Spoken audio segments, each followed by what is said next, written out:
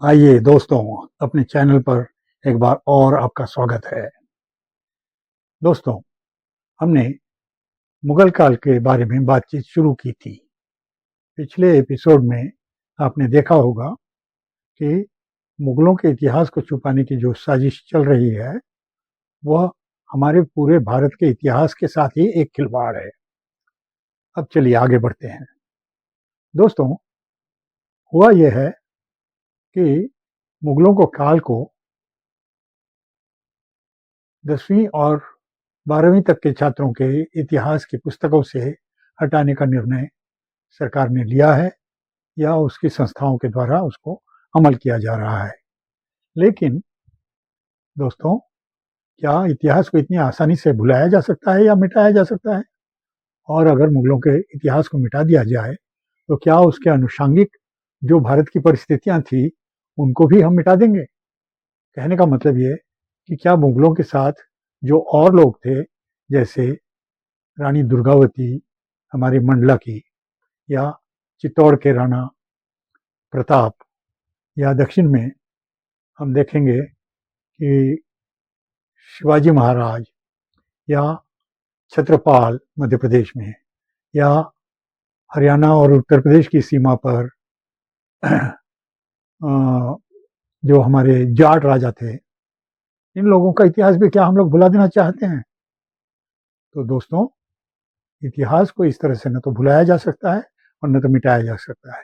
इतिहास घटी हुई घटनाओं का विवरण है। पिछले दिनों क्या हुआ था उसका रिकॉर्ड है। उसको अगर हमारी किताबों से हटा भी दिया जाए तो उसको झुठलाया नहीं जा सकता। खैर, अब हम आगे बढ़ते हैं।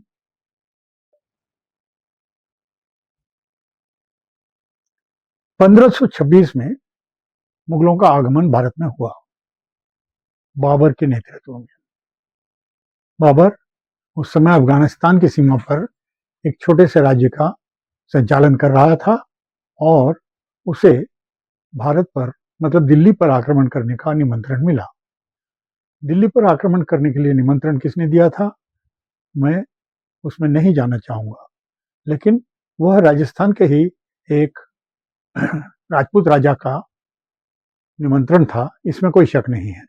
इतिहास इस बारे में बिल्कुल स्पष्ट है। खैर, बाबर ने किस पर हमला किया, किसको गद्दी से उतारा? बाबर ने जिसको दिल्ली की गद्दी से हटाया और वहां कब्जा किया, वह इब्राहिम लोधी था, जो खुद उसी धर्म को मानने वाला था, बाबर जिसका अनुयायी था।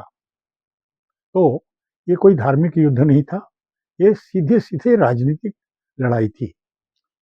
और दूसरी बात यह है कि इसमें टेक्नोलॉजी ने एक बहुत बड़ा रोल निभाया था। हम जानते हैं कि बाबर की फौज छोटी थी और इब्राहिम लोधी की फौज बहुत बड़ी थी। इसके बावजूद बाबर जीता। इसकी वजह एक तो यह थी कि बाबर की युद्ध शैली कुछ नई थी, और दूसरी बात यह है कि उसके पास तोप खाना था। उसके पास 100 ऐसे तोप थे जिसका भारत में इसके पहले के किसी राजाओं के पास कोई अनुभव नहीं था, न ही लोधी को। इसीलिए लोधी की फौज चुटकी बजते ही वो भाग खड़ी हुई और इस तरह से लोधी का साम्राज्य खत्म हुआ और दिल्ली की सल्तनत का इतिहास भी बदल गया और वहां से मुगल साम्राज्य की नींव पड़ गई। तो दोस्तों, मुगलों में दूसरे जो बादशाह हुए वो हुमायूं है, और हुमायूं बाबर के पुत्र थे। हुमायूं ने भी बहुत युद्ध लड़े।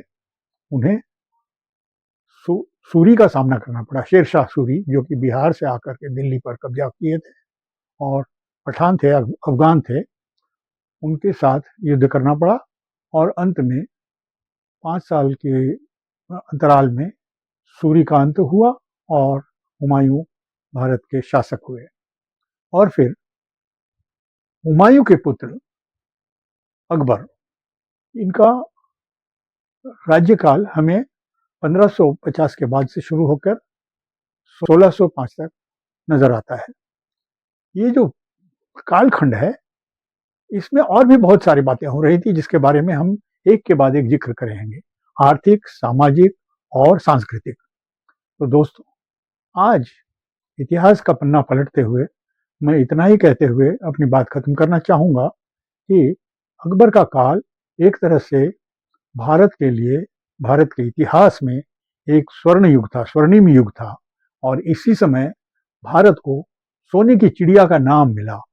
इसका कारण यह था कि लाखों लोग जो विदेशों से भारत में काम की और रोजगार की खोज में, तलाश में आ रहे थे, उन सबको भारत पनाह देने की स्थिति में था। और दूसरी बात कि व्यापार की दृष्टि से भारत से जो सामान बनकर के विदेशों में जा रहे थे, उसकी मांग सारी दुनिया में थी और उन चीज़ों के बदले में भारत में सोना आ रहा था। और इस तरह से सोने की चिड़िया सिर्फ नाम के लिए नहीं बल्कि वास्तविक परिणत हो चुकी थी। दोस्तों, इसके और विवरण में जाने से पहले मैं आपसे आज विदा लेता हूं। अगले एपिसोड में इस पर और प्रदीर्घ बातचीत करूंगा। इसमें सारे विवरण मैं आपके साथ सामने ले आऊंगा। धन्यवाद।